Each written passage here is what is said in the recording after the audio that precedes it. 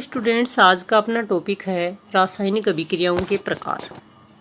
रासायनिक अभिक्रियाओं में हमें अभिक्रियाओं के विभिन्न प्रकार और उनके उदाहरण पढ़ेंगे। एग्जाम की दृष्टि से वेरी इंपॉर्टेंट टॉपिक है फर्स्ट लेसन में, तो आप इसे ध्यान से समझना। प्रथम अभिक्रिया है संयोजन अभिक्रिया। संयोजन का सामान्य अर्थ क्या होता है? जुड़ना। अब संयोजन की परिभाषा देनी है आपको, तो किसे कहेंगे संयोजन अभिक्रिया? ऐसी रासायनिक अभिक्रिया जिनमें दो या दो से अधिक अभिकारक जुड़कर एक उत्पाद का निर्माण करते हैं, संयोजन अभिक्रिया कहलाती है। एग्जाम्पल से आपको बताऊं तो जैसे कोयले का दहन है। कोयले में क्या पाया जाता है? कार्बन। और दहन होगा तो किस गैस की प्रेजेंस में? ऑक्सीजन की। तो कार्बन का दहन ऑक्सीजन की प्रेजेंस में क्या बनाएगा? Carbon dioxide. किस प्रकार का उदाहरण हुआ? संयोजन का। यानी दो या दो से अधिक अभिकारक जुड़ेंगे और एक उत्पाद बनेगा, वो संयोजन अभिक्रिया का उदाहरण है। एक यहाँ इम्पोर्टेंट छोटा क्वेश्चन भी बन रहा है,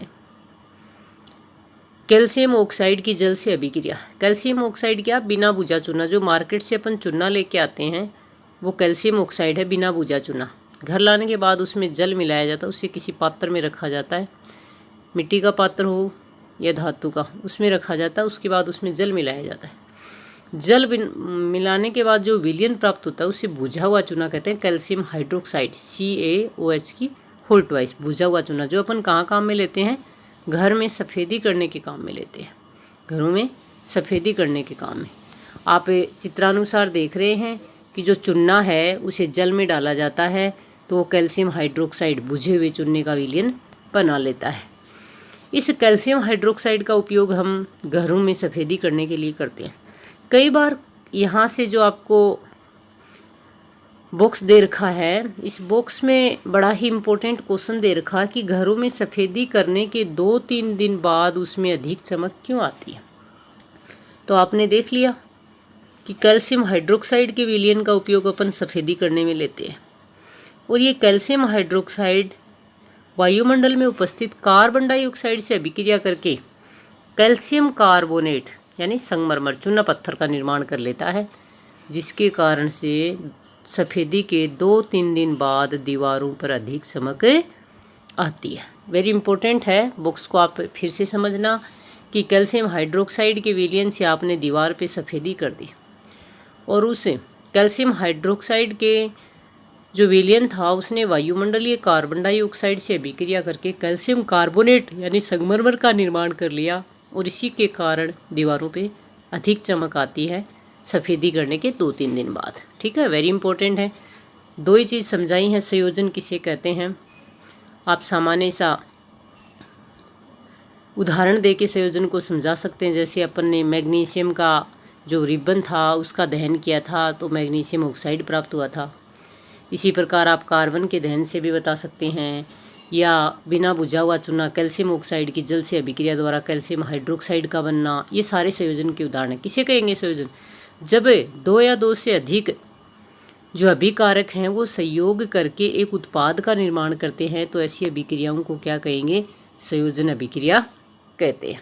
ऐसी अभिक्रियाओं को क्या कहते हैं? संयोजन अभिक्रिया कहते हैं। ठीक है, अब यहीं एक क्वेश्चन और आता है, ऊष्माक्षेपी अभिक्रिया। ऊष्माक्षेपी अभिक्रिया किसे कहेंगे? ऐसी रासायनिक अभिक्रिया जिनमें अभिक्रिया के दौरान ऊष्मा उत्पन्न होती है, जो मिश्रण है वो गर्म हो जाता है, अर्थात अभिक्रिया के साथ साथ क्या बन रही है? ऊष्मा बन रही है। तो उन रासायनिक अभिक्रियाओं को ऊष्माक्षेपी रासायनिक अभिक्रिया कहते हैं। जैसे अपन देखें ऊष्माक्षेपी अभिक्रियाओं में आपको कुछ उदाहरण दिए गए हैं, समझ आई क्या परिभाषा? ऊष्माक्षेपी रासायनिक अभिक्रिया किसे कहेंगे? ऐसी रासायनिक अभिक्रिया जिनमें अभिक्रिया के दौरान ऊष्मा उत्पन्न होती है, अर्थात जो अभिकारकों का मिश्रण है वो गर्म हो जाता है उत्पाद के निर्माण के साथ साथ। ऐसी रासायनिक अभिक्रियाओं को ऊष्माक्षेपी रासायनिक अभिक्रिया कहते हैं। वे रासायनिक अभिक्रिया जिनमें अभिक्रिया के साथ साथ ऊष्मा उत्पन्न होती है ऊष्माक्षेपी रासायनिक अभिक्रिया कहलाती है। 1.4 क्रियाकलाप के सामने आपको बता रखा है। जैसे प्राकृतिक गैस होती है मेथेन, मेथेन का दहन होता है तो कार्बन डाइऑक्साइड और जल बनता, साथ में ऊर्जा निकलती है, ऊष्मा निकलती है। तो किस प्रकार की अभिक्रिया का उदाहरण हो गया? ऊष्माक्षेपी। हम श्वसन करते हैं तो हमारे श्वसन से ग्लूकोज का ऑक्सीजन की प्रेजेंस में विखंडन हो जाता है, कार्बन डाइऑक्साइड जल और साथ में क्या निकलती है, ऊष्मा निकलती है। तो हमारी जो श्वसन है वो भी किस प्रकार की अभिक्रिया है, ऊष्माक्षेपी अभिक्रिया है।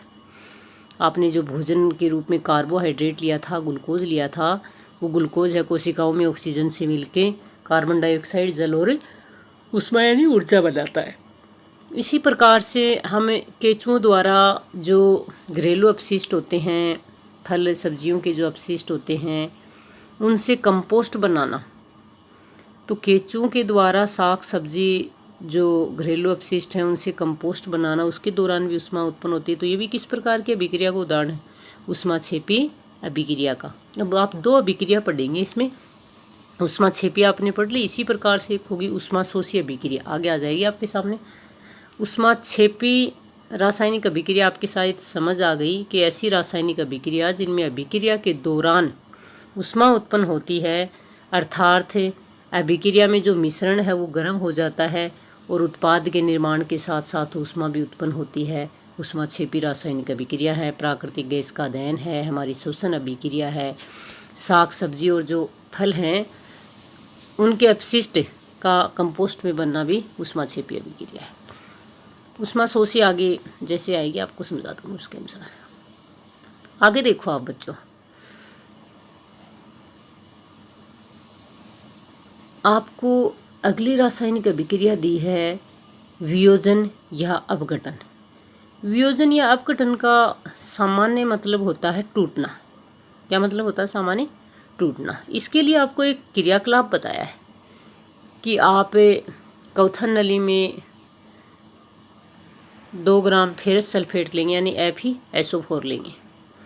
फेरस सल्फेट की क्रिस्टल का रंग आप देखेंगे। कौथन नली का बर्नर स्पिरिट लैंप की ज्वाला के पास ले जाके गर्म करेंगे और उसके बाद तो इस प्रक्रिया में आप देखेंगे कि फेरस सल्फेट है वो ferric oxide plus sulphur dioxide और सल्फर ट्राइऑक्साइड में टूट जाएगा। क्या हो गया? गर्म करने पर, उष्मा देने पर वियोजन हो गया फेरस सल्फेट का। किसमें? फेरिक ऑक्साइड में, और साथ सल्फर डाइऑक्साइड और सल्फर ट्राइऑक्साइड। यह अभिक्रिया आपको वियोजन अभिक्रिया, किस प्रकार की वियोजन? उष्मीय वियोजन को, यानी उष्मा की प्रेजेंस में किसी पदार्थ का वियोजन उष्मीय वियोजन या उष्मीय अपघटन कहलाता है।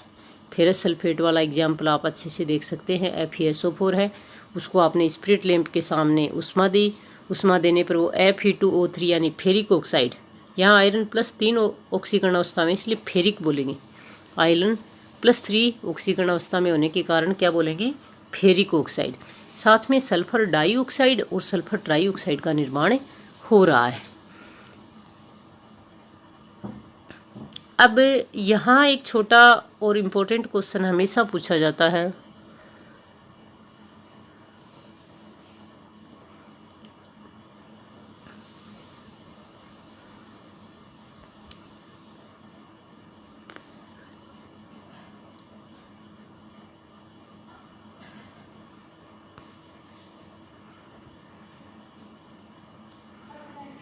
दूसरा एग्जाम्पल आप वियोजन अभिक्रिया में देख सकते हैं।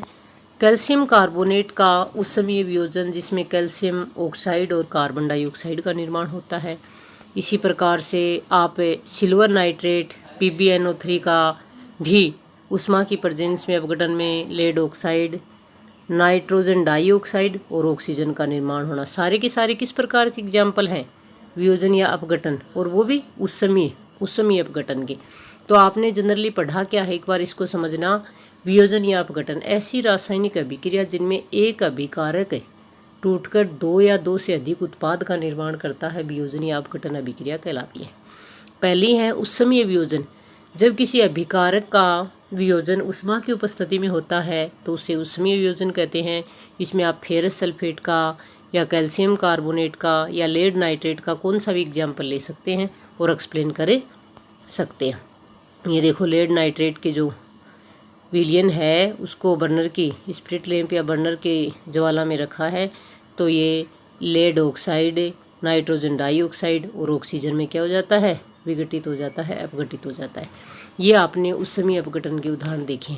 इसके अलावा दूसरा एग्जाम्पल है तीनों ही प्रकार के तीनों अपघटन याद रखोगे आप। पहला उत्सर्गी अपघटन है, दूसरा विद्युत अपघटन है और तीसरा प्रकाशिक अपघटन है। विद्युत अपघटन में जल का विद्युत अपघटन आपको बताया गया है। जल के विद्युत अपघटन के लिए प्लास्टिक का एक मग लिया है, इसकी तली में 2 छेद करके रबड़ की डाट लगा दी गई है और कार्बन इलेक्ट्रोड डाल दिए गए हैं। उससे उन्हें 6 वोल्ट की बैटरी से जोड़ा गया है। जब इनमें विद्युत धारा प्रवाहित की जाएगी तो जल के विद्युत अपघटन से इसके एनोड पे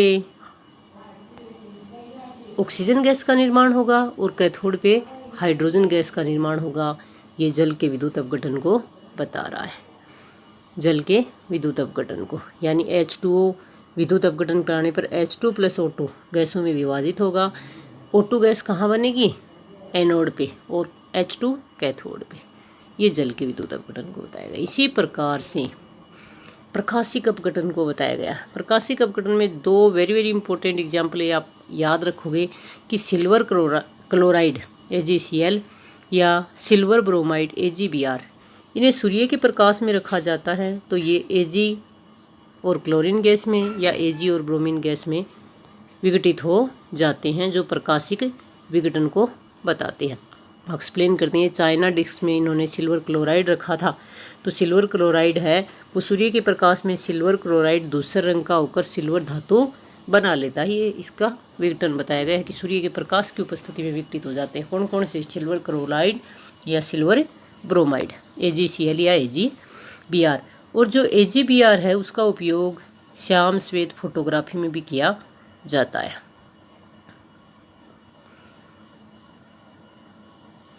ये आपने कंप्लीट कर लिया आज वियोजन अभिक्रिया।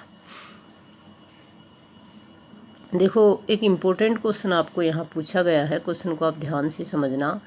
किसी पदार्थ X के विलयन का उपयोग सफ़ेदी करने के लिए होता है। अब आपको पता है सफ़ेदी करने के लिए हम किस विलयन का उपयोग करते हैं? कैल्शियम हाइड्रोक्साइड का। तो X का नाम और सूत्र बता दोगे?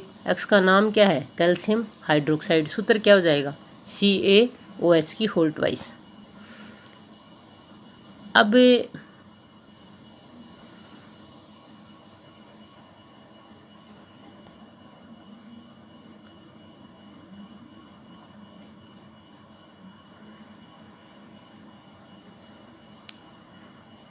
दूसरा क्वेश्चन है 1.7 एक प्रखनली में एकत्रित की गई गैस की मात्रा दूसरी में दोगुनी क्यों है?